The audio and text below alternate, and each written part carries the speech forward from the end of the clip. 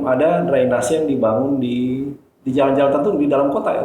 Kalau kita lihat di dalam kota, beberapa ruas disarankan untuk gedung-gedung besar yang menyebabkan okupasi lahan besar, itu memanfaatkan air hujan, diolah dulu baru masuk ke saluran. Kota Gorontalo tenggelam itu sebenarnya bisa jadi airnya dari tempat lain dari kabupaten. Apa sejauh ini ada nggak aturan yang tegas yang misalnya ketika terjadi pelanggaran? Arsiteknya naruh karpet di situ. Ya, dia taruh karpet supaya orang kan berisi kalau di tangga itu ke.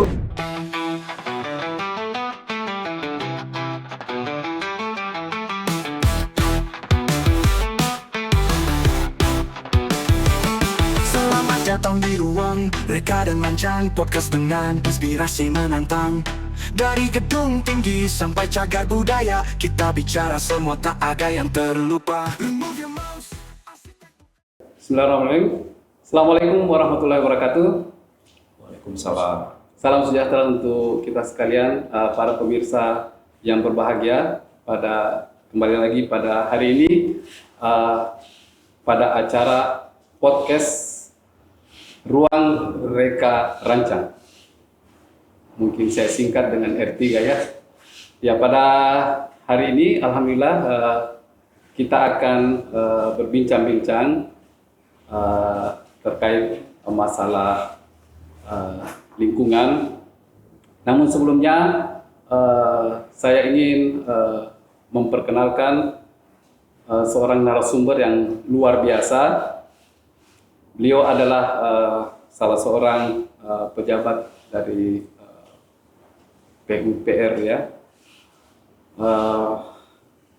Beliau adalah Kepala Bidang PKP PUPR Provinsi Gorontalo. Saya sebut beliau adalah Bapak Muhammad Iqbal Hasan. Assalamualaikum Pak. Waalaikumsalam warahmatullahi wabarakatuh Pak Asri. Ya, pada hari ini saya ingin memulai kembali bahwa tema yang akan kita bicarakan atau kita perbincangkan yaitu terkait arsitek wajib peduli kesehatan lingkungan permukiman. Namun sebelum kita sampai ke situ, barangkali saya ingin menyapa dulu Pak Iqbal. Apa kabar Pak? Alhamdulillah hujan dan segar. Alhamdulillah. Semoga tidak dapat tadi saya dengar-dengar di kota Gorontalo ini banjir sudah melanda di beberapa tempat Pak. Ya ada, tapi alhamdulillah lancar sampai ke sini. Alhamdulillah. Baik. Ya, selanjutnya saya ingin bertanya-tanya sedikit terkait sejauh ini Pak Iqbal selaku Kepala Bidang PKP di PUPR Provinsi, kira-kira mungkin pemirsa ingin tahu, teman-teman ingin tahu kira-kira aktivitas apa saja yang berhubungan dengan bidang yang Pak Iqbal sedang tangani gitu. Ya, kalau bicara pekerjaan, tugas dan fungsi saya di kantor itu di Dinas PUPR DKP ada beberapa ya. Yang pertama tentang penanganan permukiman, dan dalam hal ini permukiman kumuh. Itu tusi saya. Kemudian tugas yang kedua adalah penanganan standar pelayanan minimal. Jadi standar pelayanan minimal di PU itu ada 4. 2 diantaranya ada di saya, di bidang saya. 2 lagi ada di bidang cipta karya. Oh, jadi terbagi 2. Terbagi 2. Yang 2 air minum dan sanitasi itu di bidang cipta karya. Nah, saya kebagian tugas standar pelayanan minimal di bidang penanganan bencana dan rumah yang kita bangun karena ada penanganan bencana, dan rumah-rumah yang kita bangun karena ada program pemerintah yang dilaksanakan di suatu tempat yang menyebabkan rumah-rumah itu harus direlokasi. Jadi ada dua itu yang SPM, standar pelayanan minimal. Yang satu lagi penanganan lingkungan permukiman dalam konteks pemukiman kumuh. Oh, ya itu yang sehari-hari saya kerjakan di kantor. Oh jadi pemukiman kaitan dengan masalah kebencanaan dan pemukiman kaitan dengan masalah kumuh ya? Kumuh ya. Oke. Jadi memang sepertinya memang sangat erat dengan bidang kami Pak sebagai properti arsitek, karena biar bagaimana juga kan selaku arsitek mungkin memang teman-teman juga perlu memang mengetahui paling tidak hal-hal yang berkenaan dengan terkait masalah kebencanaan, terkait masalah pemukiman. Iya. Dan memang apalagi saat ini memang musim hujan. Ini sudah beberapa hari ini hujan melanda Gorontalo sepanjang hari, sepanjang malam, bahkan dari tadi malam sampai pagi, kemudian berhenti sedikit, kemudian lanjut lagi, dan kemudian kami terima berita-berita atau informasi berkenaan dengan ada banjir yang melanda atau menggenangi kawasan-kawasan pemukiman di titik-titik tertentu. Nah, apakah ini menjadi bagian kegagalan penataan atau apa Pak? Atau mungkin ada hal-hal yang Ya, kalau kita bicara banjir, pasti banyak faktor ya, Pak Asri. Kalau kita menelah penyebabnya, yang pertama sudah pasti itu curah hujan tinggi ya. Yeah. Karena curah hujan memang rata-rata agak tinggi di akhir-akhir ini, sehingga debit air itu mungkin besar. Yang kedua, tentu saja kalau sependek yang saya lihat, lingkungan kita memang mulai rusak. Kalau Pak Asri turun di Gorontalo dari pesawat ya, kurang lebih 15 menit atau ya kurang lebih 15 menit atau 20 menit sebelum landing, kita akan melihat bagaimana permukaan daratan di Gorontalo ini sudah diokupasi sehingga dijadikan kebun, pemukiman dan lain-lain, sehingga daerah tangkapan air itu menjadi berkurang kapasitas. Kalau daerah-daerah ini ditanami pohon-pohonan yang bisa kan akar-akarnya bisa menahan air gitu. Bisa menyerap air, bisa menahan air. Tapi kalau sekarang kan banyak diokupasi oleh para pekebun ya, banyak pohon-pohonnya ditebangi, dimanfaatkan untuk kesejahteraan masyarakat sih sebetulnya, tapi memang ada efek jangka panjang yang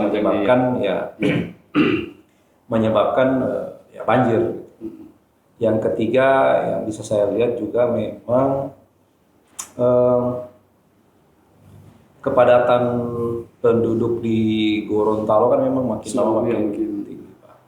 Saya ingat dulu masih kecil itu, ya kurang lebih 40 tahun lalu ketika saya masih SD, sawah itu masih dominan di kota Gorontalo. Tapi sampai sekarang memang mungkin Gorontalo masih tetap dikenal sebagai ibu kota yang masih ada sawahnya. Tapi sekarang sudah jauh berkurang. Sekarang sudah lahan-lahan itu banyak yang dikonversi menjadi kantor, ya rumah, area bermukim, pabrik dan sebagainya, sehingga ya daya serap air di tempat itu juga menjadi berkurang, karena daerah yang tadinya begitu kejatuhan air hujan menyerap ke tanah, sekarang jadi pavement ya, jadi beton, jadi paving dan sebagainya, sehingga jadi kedap air. Itu yang menyebabkan limpasan air permukaan makin tinggi. Ya. Tadinya menyerap, sekarang masuk ke saluran. Belum lagi yang keempat, infrastruktur kita kurang ramah terhadap isu ini. Kurang ramah itu dari kurang ramah kurang ramah itu galak. Kurang ramah itu gini, kurang ramah itu pertama infrastruktur kita terutama saluran ya, drainase kita bisa jadi ada di tempat-tempat tertentu itu masih membutuhkan drainase. Artinya belum ada drainase yang dibangun di jalan-jalan tertentu di dalam kota ya. Kalau kita lihat di dalam kota, beberapa ruas jalan itu pinggirannya tidak dilengkapi dengan drainase, sehingga air mengalir dengan tidak lancar, masuk ke rumah-rumah dan sebagainya. Air limpasan permukaan. Ada juga kita lihat drainasenya ada, tapi rusak atau tersumbat. Rusak atau tersumbat. Saya pernah lihat meme gitu, kartun gitu. Ada orang yang buang sampah di saluran gitu kan. Itu skin pertama, dia lagi buang sampah di saluran gitu. Kemudian di skin kedua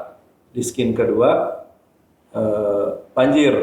Jadi gara-gara dia buang sampah itu banyak yang mengikuti, kemudian salurannya tersumbat, banjir, dan ada statement di situ kan, saatnya kita menyalahkan pemerintah gitu.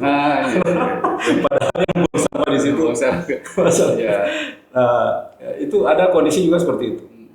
Ya kalau tidak tersumbat mungkin rusak ya, ambrol dan sebagainya. Dan ada juga di kondisi tertentu drainase kita itu kurang cukup dia punya kapasitas penampangnya. Penampangnya kecil ya. Penampangnya kecil sehingga tidak sebanding dengan debit air yang masuk.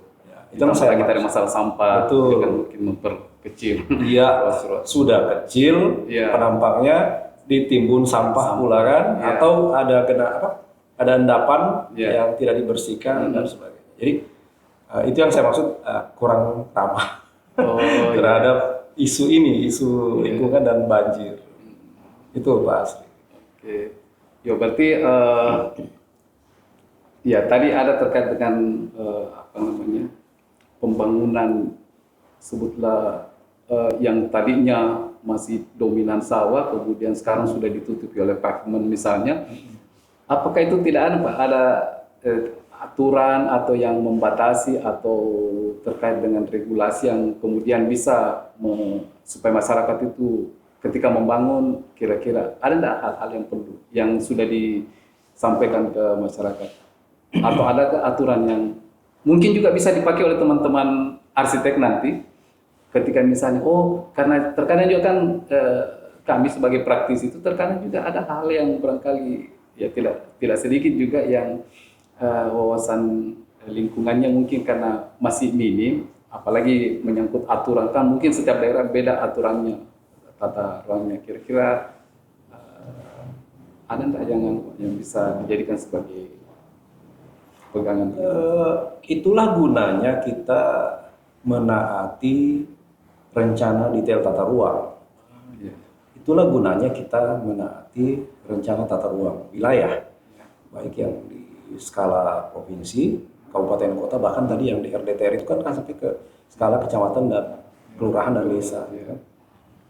Di regulasi-regulasi yang sudah di drive oleh bapak-bapak kita di pemerintahan, baik itu di legislasi maupun di eksekutif, kan ada aturannya tentang koefisien tapak basement misalnya.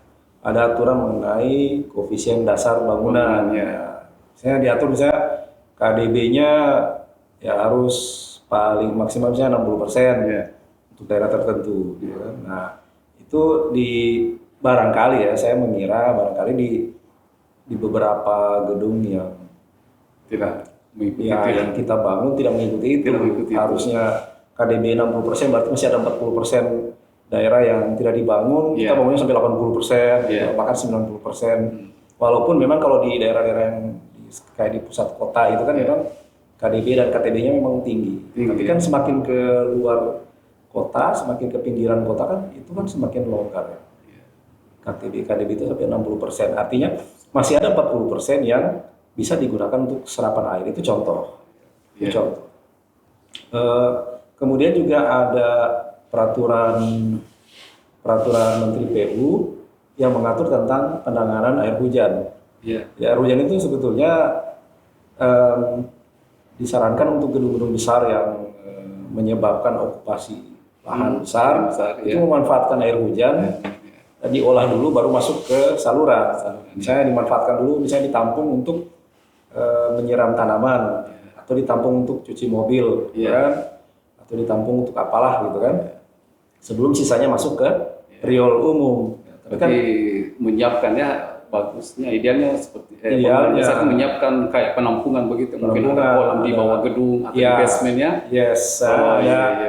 ada penampungan lah yang bisa Iya, menampung menahan air hujan itu sebelum masuk. Tapi kalau sekarang kan tidak. Iya. Semua air yang jatuh di lokasi itu masuk semua ke saluran. Saluran. Sementara yang tadinya gedung itu tidak ada dan airnya menyerap ke tanah, kan sekarang airnya jadi bertumpuk masuk ke saluran. Artinya akan terjadi penambahan debit air di saluran karena gedung itu dibangun. Ya, di saat yang sama mengurangi daerah-daerah resapan. Mengurangi daerah resapan. Ya. Nah, air yang harusnya kemudian karena daerah resapan berkurang, airnya berlimpah, yang harusnya ditampung masuk langsung ke riol saluran sehingga tidak ya memang kalau kita lihat itu kan satu gedung saja Pak. Iya. Ya kalau satu gitu kan. Kalau 2, kalau 3, kalau 10, kalau 100 gitu. Akumulasi debit air dari setiap gedung, dari setiap itu kan kemudian menyebabkan kawasan itu tergenang. Kawasan demi kawasan menyebabkan kota tergenang. Apalagi kawasan itu mungkin daerah aliran Apalagi kalau itu dibangun cekungan daerah cekungan yang rawan tergenang begitu lagi ya. Nah, seperti itu. Oh, ya kepekaan kita lah para arsitek ya.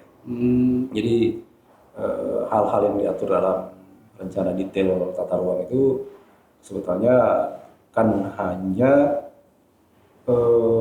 pemanis gitu, bukan hanya hiasan. Oh ini sudah diatur detail gitu. Ketika evaluasi kan, maka diatur tentang proporsi-proporsi itu kan. Oh ada diatur gitu. Tapi pada saat pembangunan atau pada saat perencanaan malah itu sudah tidak ditaati. Apalagi nanti pada saat pembangunan lebih error lagi. Itu Pak, barangkali hal kecil yang kita arsitek harusnya care dan kita care pun bisa ada deviasi di lapangan. Apalagi kalau tidak peduli sama sekali. Tidak peduli sama sekali. Jadi memang perlu kesadaran bersama karena meskipun ya sebenarnya tadi sudah sampai ada aturan ya, sudah ada aturan sebenarnya, tetapi ya aturan tinggal aturan, tidak ditaati, tidak dituruti. Iya, tidak dituruti. Biasa juga begini Pak, terkadang ya meskipun ada aturan, terkadang owner itu juga ya mungkin kepahamannya tentang ya mungkin kalau secara praktek wawasan lingkungan itu ada di arsiteknya, tapi kemudian pemiliknya justru malah apalagi kalau bangunan yang istilahnya dia makin besar gedungnya, nilai ekonomisnya lebih tinggi, jadi dia seperti jadi di situ terkadang saya tidak mau, pokoknya harus luas, saya harus butuh kamar yang sekian. Kalau halamannya kebesaran nanti rugi saya, ini investasi ini saya harus mengembalikan keuntungan. Ya, jadi bisa ada juga dari situ. Kita tidak boleh lupa bahwa ada fungsi edukasi di arsitektur gitu ya. Jadi kita sebagai arsitek itu harusnya menjadi agen edukasi juga. Yang memang kalau kita sudah bicara ke project ya, owner ini kan tuan tuan kita gitu. Jadi dia minta kita mendesain kan, tapi itu barangkali bisa pandai-pandainya bagaimana sang arsitek untuk kemudian mengedukasi, Pak, kalau aturan ini tidak ditaati dan semua kemudian tidak menaati, nanti dampak misalnya contoh jalan di depan kita ini Pak, di depan gedung ini nanti akan sering tergenang sehingga gedung pertemuan yang Bapak pikir karena luasannya kita maksimalkan, itu orang justru mikir jangan di sana, jangan di gedung itu, nanti susah kita banjir gitu kan. Atau Pak jangan di situ, parkirannya kurang, kecil, saya malas bikin pertemuan di situ gitu kan. Jadi ada efek-efek jangka panjang yang bisa kita sampaikan supaya juga para owner juga yang masyarakat ya awam tentang arsitektur itu bisa tahu. Dan saya rasa kalau itu diatur di Perda gitu kan, itu diatur Perda dan mungkin akan diperiksa desainnya ya, diperiksa desainnya sebelum masuk ke izin kan? Ya. Kan ada sekarang persetujuan bangunan gedung. Ya, sebelum PDG-nya keluar kan nanti diperiksa. Iya. Diperiksa sama ahlinya. Oh ini tidak boleh Pak. Nanti setelah saya hitung ternyata di sini kan misalnya 70. Iya. 70. Bapak sudah pakai 80% lahan ini. Iya. Untuk gedungnya nanti tutupan areanya terlalu besar sehingga bisa mengganggu gitu kan. Iya. Ya kalau satu gedung oke, dan tadi saya bilang ya, satu gedung oke, tapi kemudian di gedung lain, di gedung yang lain, di gedung lain, itu akan jadi sekumpulan masalah gitu. Satu titik, dua titik, tiga titik lama-lama jadi noktah besar gitu kan.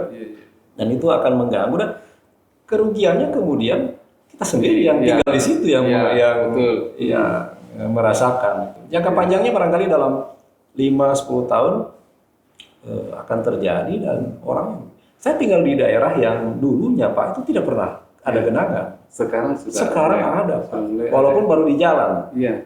Walaupun baru di jalan. Saya ketika 25 tahun lalu saya di situ tidak ada, itu aman sekali. Daerah saya itu selalu dianggap sebagai daerah yang aman dari banjir. Sekarang ada Pak. Itu saya kesini tadi ada genangan di jalan. Padahal sebelumnya tidak ada. Tidak ada ya. Nah kita kan ya seperti itu. Efeknya tidak dirasakan hari ini.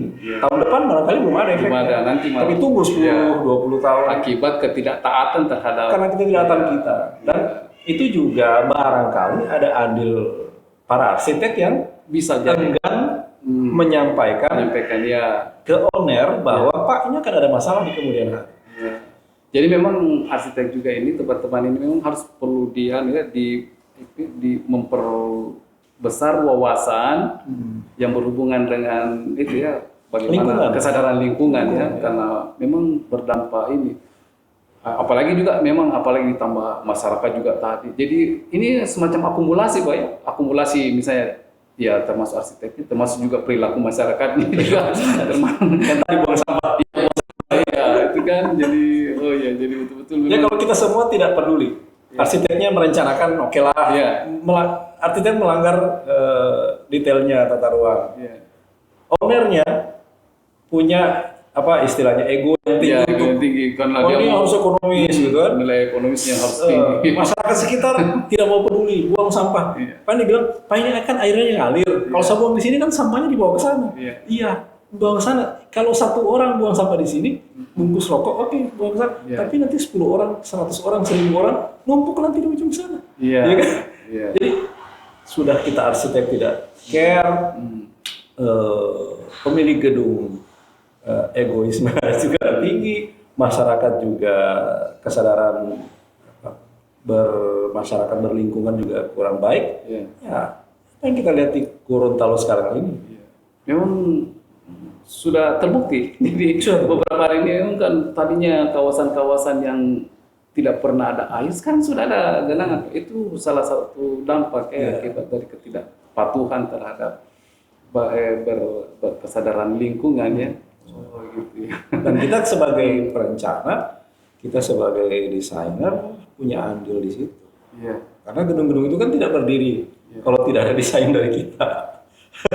Pak, sejauh ini ada nggak misalnya dari pihak di bidangnya Pak Iqbal yang menganalisis kemudian bisa, karena biasa kan kita ini membutuhkan semacam artinya kalau kita mau menyadarkan klien misalnya itu kan mereka itu kan cuma pendapat sendiri, kayak seakan-akan kita dianggapin cuma asumsi sendiri bahwa itu biasanya kalau kita menyertakan dengan dokumen-dokumen atau data-data berkenaan misalnya ini kawasan ini titik ini rawan banjir, titik ini daerah ketinggian ini, ada enggak itu Pak dipersiapkan oleh untuk dalam rangka memitigasi sebutlah bencana banjir? Kalau secara keseluruhan di kantor saya ada ya. Jadi kan kita punya beberapa bidang ya. Ada bidang sumber daya air ya. Beliau itu yang menangani saluran-saluran besar.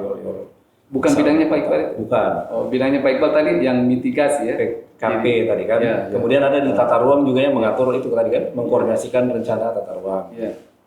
kemudian ada bidang cipta karya yang menangani juga bangunan gedung, tata lingkungan dan sebagainya. Nah, saya kebagian karena saya di perumahan kawasan pemukiman, kebagian yang masyarakat tadi. Jadi kalau tadi kita bicara tentang arsitek, pemilik gedung dan masyarakat, saya ada andil di bagian masyarakatnya. Jadi saya melakukan apa istilahnya kegiatan-kegiatan advokasi, melakukan kegiatan advokasi di masyarakat, menyadarkan bagaimana sebaiknya mereka berperilaku sehari-hari, buang sampahnya di mana. Itu sampai ke desa-desa juga kita turun, kelurahan-kelurahan kita turun, beberapa kegiatan yang sifatnya menyadarkan. Dan kami juga melakukan kolaborasi dengan, jadi tidak hanya orang TU saja, kami mengundang orang dinas kesehatan misalnya, orang dinas kesehatan. Kemarin-kemarin bahkan kita kepikiran untuk mengundang teman-teman dari dinas lingkungan hidup, karena mereka juga punya concern ke situ kan. Lingkungan hidup yang penanganan ke hutan itu ya, hutan. Karena pemukiman kita itu juga Pak saling memengaruhi dengan kawasan hutan dan kadang-kadang kita yang mengganggu hutan, kadang-kadang pemukiman kita yang terbatas dengan hutan dan tidak cuma hutan, kita juga ada laut juga laut. Betul, laut dan danau ada juga. Danau juga kan. Kemarin itu saya lihat di beberapa tempat airnya malah dari atas bukit, dari turun membawa lumpur sekali. Membawa material lumpur hingga menutupi jalanan. Bahkan ada yang menutupi aliran sungai. Aliran sungai. Nah, itu berarti kelihatan bahwa memang terjadi kerusakan di atas. Dan itu rupanya kiriman, istilahnya Kota Gorontalo tenggelam itu sebenarnya bisa jadi airnya dari tempat lain dari kabupaten, misalnya aliran Sungai Bone, dari Bone Bolang itu di penggunaan sana yang masuk ke dalam sungai, kemudian dibawalah oleh ini. Dan memang saya lihat perhatikan di drainase itu ketika hujan airnya coklat Pak. Jadi memang indikator itu yang kemudian ternyata kemungkinan ini di atas ini. Itu yang saya mungkin kalau tahun ini kegiatan-kegiatan sudah selesai. Tahun depan barangkali kita mulai melibatkan teman-teman dari dinas lingkungan hidup untuk berkolaborasi, tidak hanya dinas kesehatan. Tadinya kita menyadarkan perilaku itu hanya pada cara hidup bersih, hidup sehat gitu kan. Tapi next ini kita juga ingin melakukan kolaborasi dengan teman-teman di dinas lingkungan hidup tentang bagaimana cara misalnya memelihara hutan, gitu. Bagaimana cara beradaptasi sebetulnya dengan hutan, bagaimana beradaptasi dengan hutan bakau, bagaimana beradaptasi dengan lingkungan danau dan sebagainya. Mudah-mudahan itu wilayah kerja saya, tugas fungsi saya di masyarakat. Mudah-mudahan dengan langkah kecil ini kan ada apa istilahnya, peribahasa 1000 langkah itu selalu dimulai dari langkah pertama. Kita tidak akan pernah sampai ke langkah ke 1000 kalau langkah pertama tidak kita lakukan. Ini barangkali langkah pertama. Mungkin orang bilang sudah terlambat Pak, bumi masih ada jutaan tahun lagi. Kalau kita tidak mulai sekarang kapan gitu? Kalau tidak efeknya ke kita ya barangkali ke anak kita atau ke cucu kita kan. Tapi kita akan mulai melakukan koordinasi dengan teman-teman di bidang-bidang lain supaya isu lingkungan ini, isu perilaku masyarakat itu bisa ditangani dengan baik. Karena bisa jadi Pak, kita membangun infrastruktur gitu. Kita membangun infrastruktur, kita bangun jalan, kita bangun jembatan, kita bangun saluran, bangun gedung, tetapi kita tidak membangun orangnya, kita tidak membangun manusianya. Kita lupa bahwa gedung, jembatan, jalan, saluran ini yang menggunakan itu manusia. Betul.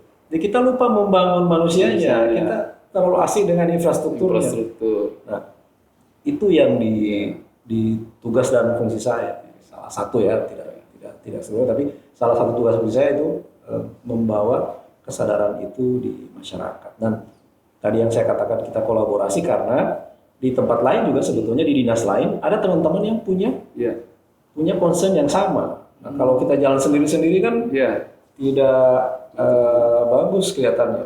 Sama juga misalnya mungkin Pak, termasuk Dinas Pertanian misalnya, saya lihat itu ada beberapa capturean, meskipun ini saya temukan di medsos, capturean, oh ini penyebabnya ini, tadinya bukit, ini gundul, ditanami milu sekarang, ditanami jagung, yang tadinya di situ banyak pohon, kemudian berarti itu bidang pertanian itu Pak yang... Ya, itu Dinas Pertanian. Dinas Pertanian, berarti tetap juga harus ada kolaborasi ke situ. Seperti itu. Jadi kita berusaha melakukan, dan karena kita menamakan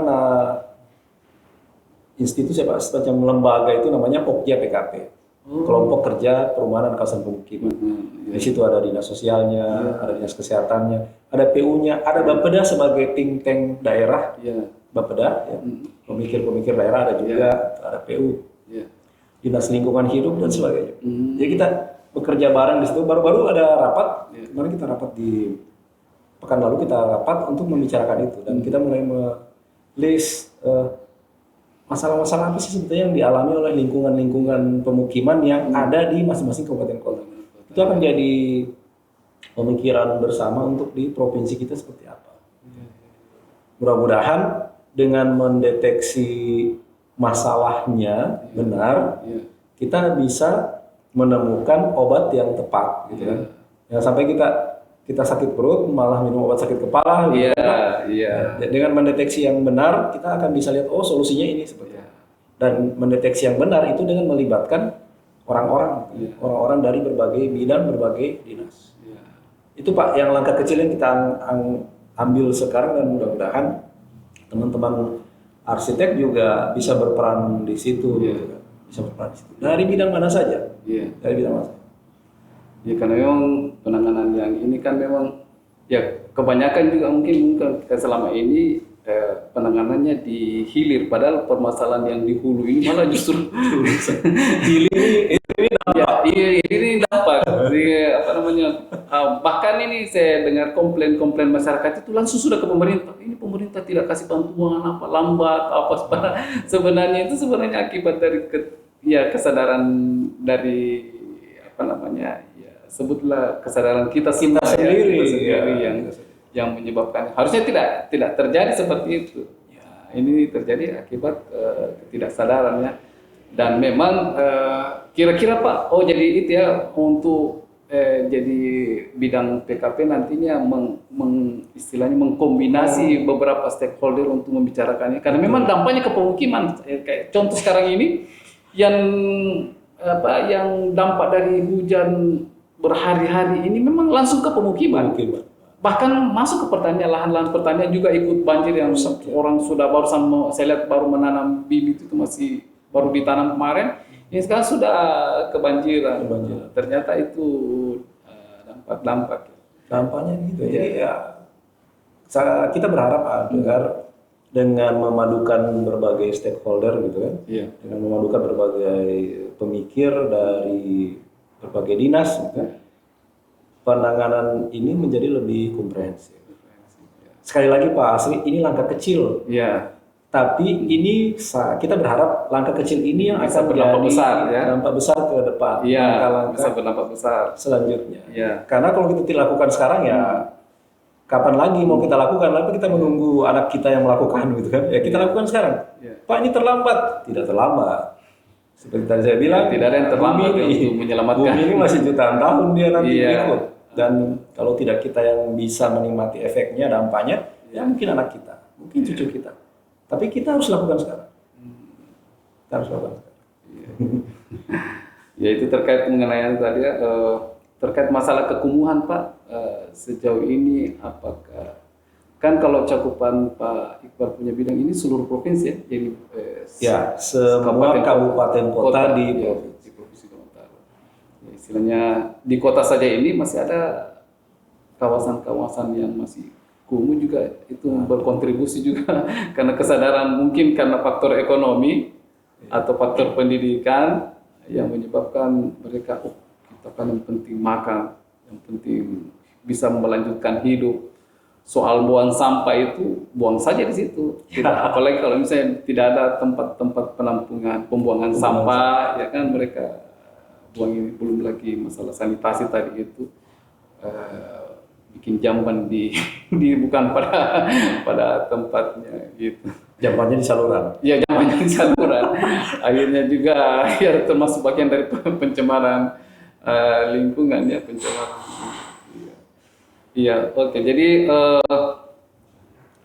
Jadi sudah dilakukan upaya-upaya ya, mengkolaborasikan dari beberapa kepentingan di masyarakat itu sendiri, tokoh-tokoh masyarakat, kemudian dari ya harapannya memang kita ini sebenarnya perlu berkolaborasi yang lebih kuat lagi karena Iya, Pak. memang Ini urusan besar, ya, Pak. urusan besar. Besar. Hujannya hujan besar juga. Hujannya jam besar tidak peduli mau air, pokoknya air turun merata, apalagi kalau merata ya. Dia tidak bisa hanya ditangani oleh dinas PU. Tidak. Ada beberapa ya terutama teman-teman pemikir di Bapeda ya, planner di Bapeda, kemudian teman-teman di PU ya udah pasti, kemudian ada dinas lain yang berkontribusi gitu ya. Dinas pertanian seperti yang Pak Sri bilang tadi, kemudian teman-teman di dinas lingkungan hidup, dinas kesehatan kalau kita bicara tentang perilaku gitu kan, dinas sosial juga kan kalau kita bicara perilaku, dan itu mudah-mudahan urusan besar ini kita bisa tangani. Itu dari pemerintahan Pak. Belum lagi kalau kita bicara mengenai segmentasi antara ini urusan pemerintah, mana urusan masyarakat begitu kan? Pemerintah juga ada dua Pak, ada pemerintahan yang di eksekutif, ada yang di legislatif, ada di yudikatif begitu kan? Jadi semua harus bekerja dengan baik, pemerintah dan masyarakat juga. Jangan yang seperti meme yang tadi saya katakan kan, pada saat kondisi normal kering ada orang buang sampah di saluran dengan berharap ini bisa dihanyutkan gitu kan? Ya, saya lihat perilaku masyarakat seperti itu.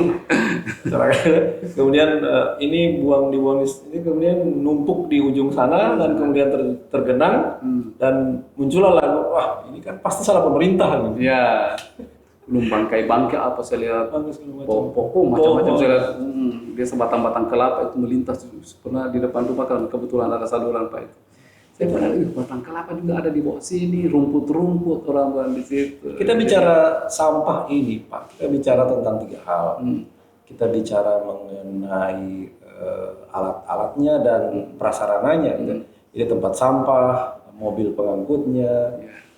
Kita juga bicara tentang sistem Pak. Jadi alat-alat tempat sampah, pengangkutan, tempat pengolahan dan sebagainya itu harus ada sistemnya. Kalau tidak jalan, tidak ada gunanya lah prasarana itu.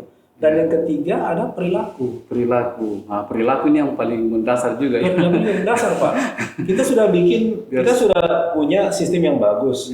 Sistem bagus itu juga mengandung prasarana yang bagus. Tapi kemudian masyarakat kita kesadarannya perilaku. Kesadarannya tidak bagus. Jadi tiga-tiganya harus jalan Pak. Tiga-tiga harus jalan. Kalau satu tidak jalan tidak bakal bagus. Kita juga masyarakat misalnya disiplin, kita buang sampah di tempatnya, tapi tidak ada yang mengangkut. Itu juga kurang bagus gitu kan. Atau ada yang mengangkut tapi sistemnya tidak jalan.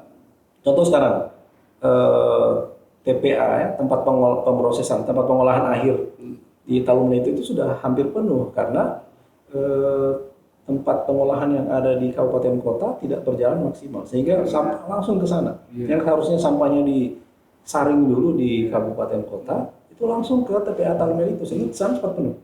Padahal investasi di sana Pak, itu investasi miliaran.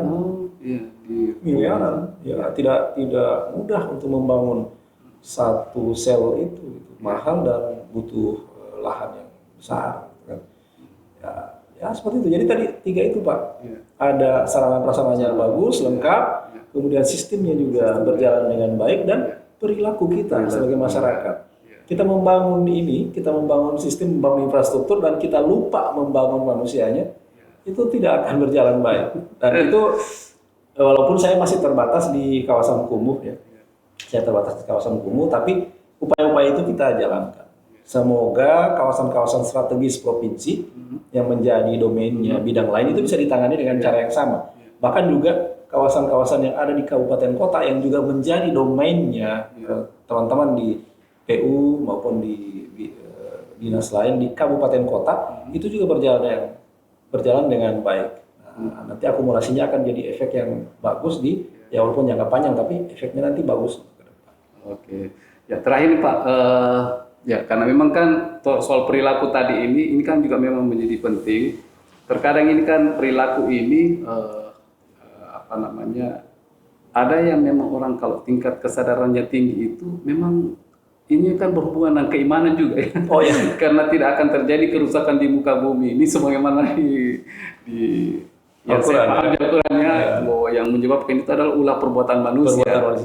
Perbuatan manusia sendiri. Nah, kalau ada kesadaran itu mungkin hampir boleh dikata tidak sulit untuk apa sejauh ini ada enggak aturan yang tegas yang misalnya ketika terjadi pelanggaran, misalnya ada sanksi-sanksi yang, karena sejauh ini Pak memang terkadang ini yang namanya juga di masyarakat itu kan tidak semua punya kesadaran yang tinggi sehingga perlu diterapkan aturan-aturan hukum, termasuk juga mungkin bisa jadi perencana arsitek dalam hal ini. Apakah ada sanksi-sanksi yang mungkin bisa untuk bukan sebenarnya mau membumi hanguskan, tapi untuk memberikan penyerahan tetapi melalui pendekatan-pendekatan hukum. Ada tidak kerjasama mungkin dengan pihak? Saya bagi dua jawabannya Pak Asri untuk yang pertanyaan terakhir ini. Saya bagi dua jawabannya. Jawaban yang pertama, bagian pertama adalah saya pernah ada di suatu masjid. Di suatu masjid. Saya pernah lihat masjid itu ada tulisannya dilarang memakai alas kaki. Atau ada tulisan batas suci. Batas suci. Dan dilanggar. Dan dilanggar. Orang tetap saja pakai sandal di sini. Orang pakai sandal. Sehingga orang yang wudu, dia sudah wudu bersih-bersih, dia naik ke tangga itu, dia mengharapkan tangganya bersih, ternyata kotor karena sudah ada orang taruh sandal di situ kan. Jadi wudunya menjadi ya walaupun ada juga dogma yang bahwa kalau kita tidak berprasangka bahwa wudu kita batal, ya kita sholat aja gitu. Tidak ragu-ragu. Sedangkan Tuhan dilawan ya. Jadi kemudian diselesaikan begini Pak. Saya kemudian tertarik arsiteknya naruh karpet di situ. Dia taruh karpet supaya jadi kan risih kalau di tangga itu kemudian dikasih karpet. Orang jadi risih kan. Risih untuk wah ini karpet bersih. Bukan hanya tulisannya. Tulisan.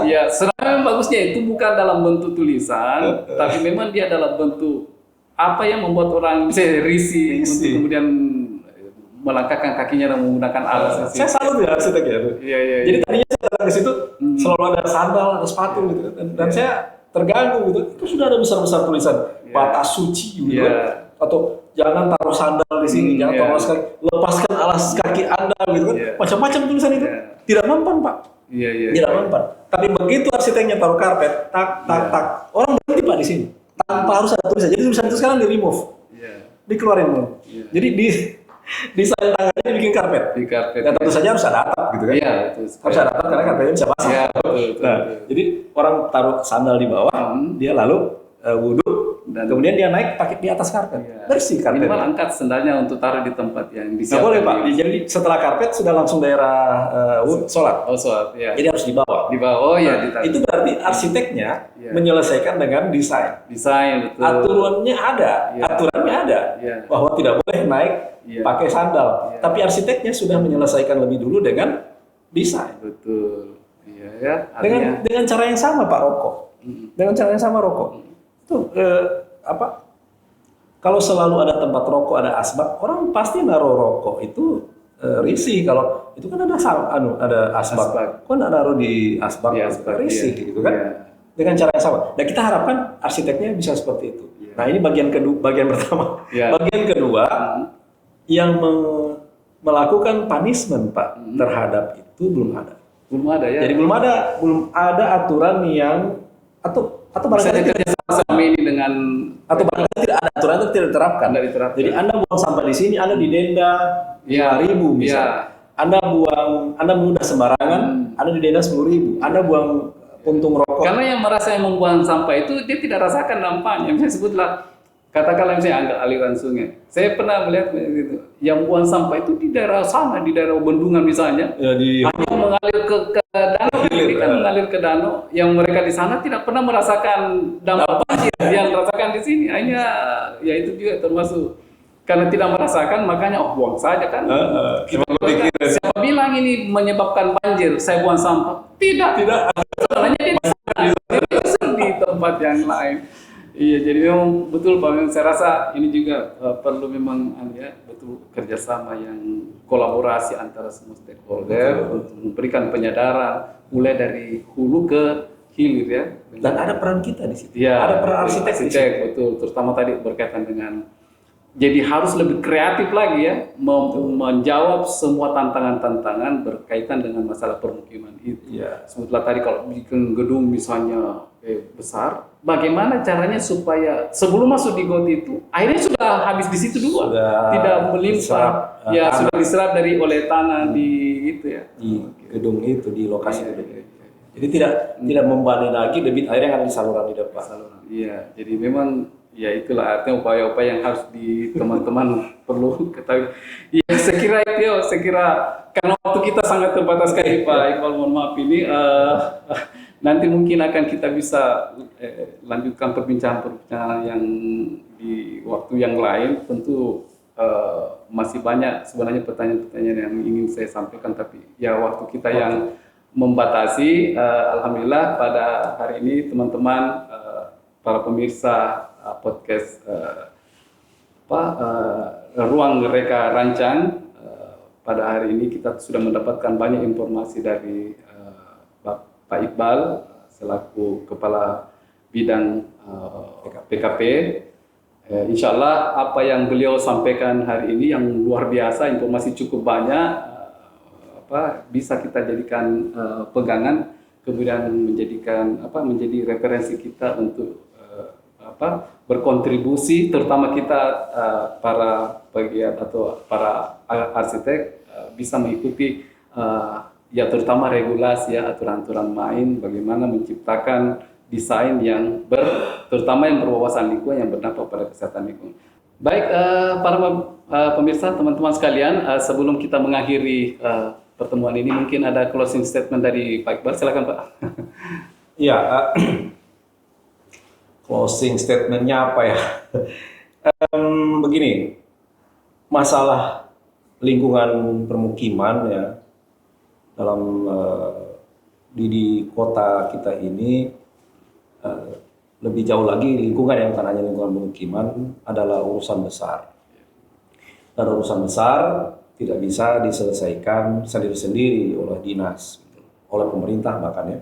Jadi perlu ada kolaborasi yang lebih intens antara, kalau di dalam pemerintahan sendiri itu harus ada mungkin kita menggalakkan Pokja itu ya, Pokja PKP itu yang di dalamnya itu ada Badan Dinas Kesehatan Sosial, DLH dan sebagainya, ada PU juga di dalam pemerintahan. Kemudian di luar pemerintahan juga masyarakat gitu ya, itu juga kita butuhkan untuk berkolaborasi menangani lingkungan permukiman ini dengan menghimbau untuk bisa berperilaku yang baik dengan lingkungan.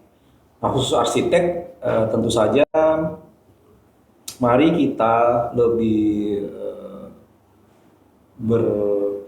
lebih banyak memperdalam peraturan-peraturan yang ditujukan sebenarnya untuk hal-hal yang berkaitan dengan lingkungan ini. Tadi sudah disampaikan ada perda-perda yang sudah ditetapkan. Kita juga lebih care supaya perilaku desain kita itu memperhatikan lingkungan. Desain yang berwawasan atau berbasis pada kepentingan lingkungan.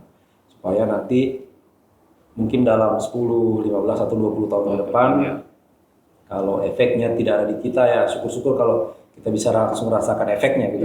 Tapi paling tidak anak kita, cucu kita ke depan, arsitek-arsitek yang akan lahir berikutnya itu bisa lebih mudah mendesain kota ini karena kita sudah mengambil langkah-langkah prevensi di awal. Saya kira itu Pak Asri. Baik, terima kasih banyak atas closing statementnya.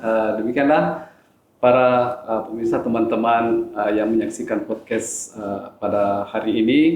Itulah beberapa perbincangan kita. Semoga apa yang disampaikan oleh narasumber yang luar biasa dari Pak Iqbal itu memberikan nilai manfaat kepada kita, sekaligus menjadi referensi kepada kita, terutama kita arsitek itu untuk bisa lebih care ya, lebih peduli lagi bagaimana menciptakan atau membuat rancangan yang berwawasan lingkungan sehingga berdampak kepada kesehatan lingkungan. Itu terima kasih, saya ucapkan terima kasih kepada Pak Iqbal Sama-sama, atas Pak Sri. kehadiran di tempat kami meskipun sangat sibuk sekali ini menyempatkan diri untuk hadir di tempat ini. Kami akhiri, Assalamualaikum warahmatullahi wabarakatuh. Waalaikumsalam.